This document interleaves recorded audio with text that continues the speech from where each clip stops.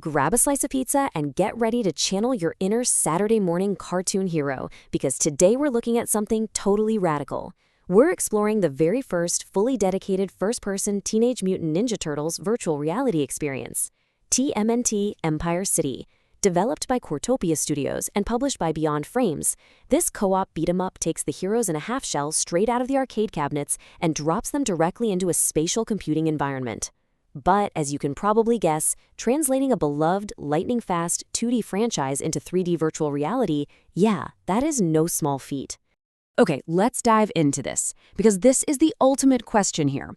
On paper, beat-em-ups in VR sound absolutely amazing, right? You've got 4 iconic characters, 4 distinct melee weapons, and just legions of Foot Clan ninjas to defeat. But do the punches actually feel like they land? In this explainer, we're going to look at the mechanics, the co-op chaos, and the overall critical reception to see if this game actually pulls it off. Because remember, in Empire City, you aren't just controlling a sprite on a screen, you literally are the turtle. So let's start with segment 1, combat feel, and how translating brawlers to VR actually works in practice. The contrast between old and new is honestly incredibly sharp. Historically, TMNT games have relied on that flat screen barrier.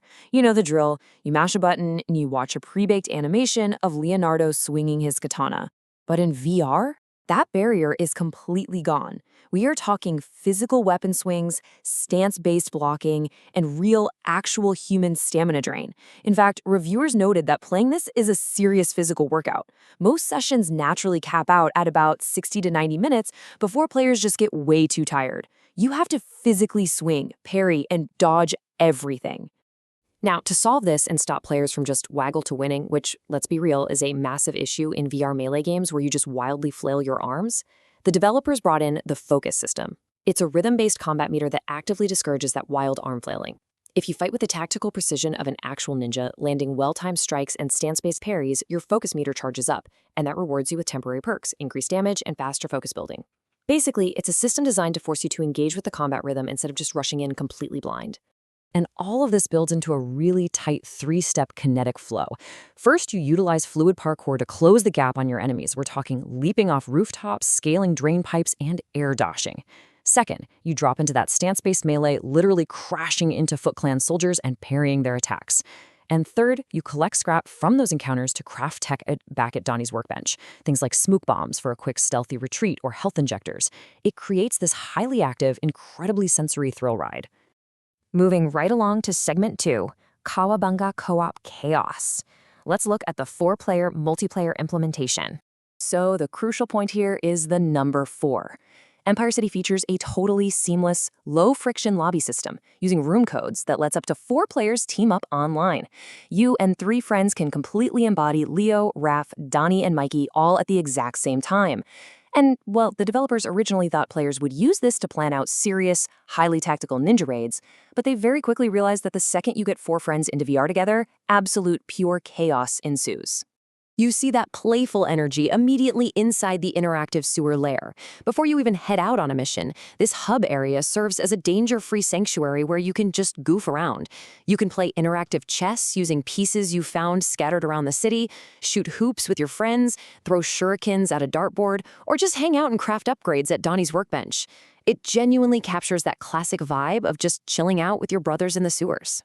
What's really cool is how this illustrates the hilarious, highly tactile ways the developers force cooperative teamwork, even in the middle of a massive fight. Get this, if one of your friends gets defeated during an intense boss fight against someone like Rocksteady, they don't just magically respawn. No, they physically retreat into their turtle shell and plop right onto the ground. They're only revived when a teammate physically runs over and stands next to them long enough to pull them back out into the fray. It's such a fantastic, uniquely VR mechanic. Next up is segment 3, fan service and presentation, and how they went about capturing the TMNT universe. To make absolutely sure they nailed the tone, creative director Ace St. Germain brought in IDW comic legend Tom Waltz as a narrative consultant. If you know TMNT, you know Waltz. He's the guy behind The Last Ronin and over 100 issues of the IDW comic run. He really helped anchor the storyline here. The narrative is set right after the defeat of the Shredder, in this big power vacuum.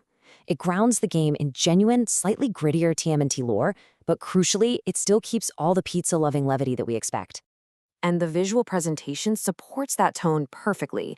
Instead of chasing some boring ultra-realism, the developers went with a cel-shaded comic book art style. We're talking thick black edges and heavy shadows that honestly make you feel like you've stepped directly into a comic book panel.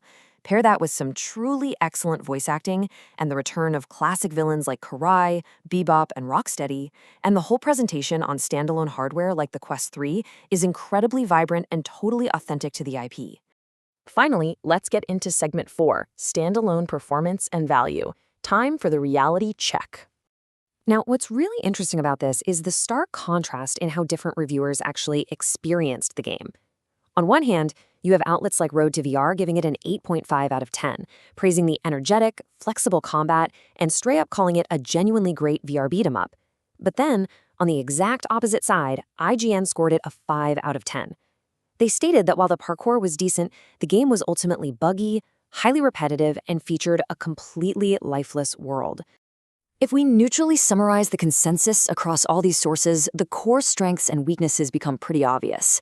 The game's highs are definitely its visceral weapon handling, the fluid parkour, and the undeniable joy of chaotic co-op. But it is heavily weighed down by some real technical and design limitations. A huge complaint across the board is that co-op progression is host-only, meaning guest players don't actually advance their own campaigns. On top of that, taking down the Foot Clan outposts gets very repetitive. There are occasional bugs with the controller grip, and the city itself, well, it looks great and holds a solid frame rate during busy combat, but there's no moving traffic or civilians anywhere, which really noticeably undercuts the immersion. When you weigh all those pros and cons, the price becomes a major factor. At $24.99, Empire City sits right at that A-scale price point.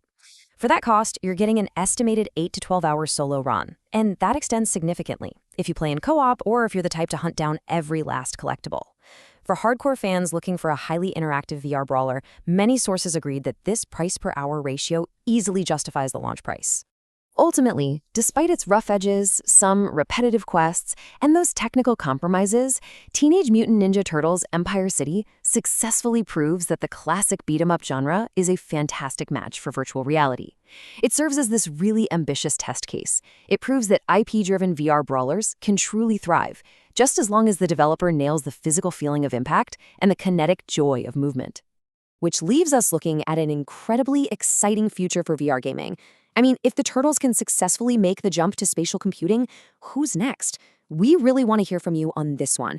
What other classic beat-em-up franchise would you absolutely love to see get the VR treatment? Drop your thoughts, keep learning, keep playing, and we'll catch you on the next explainer.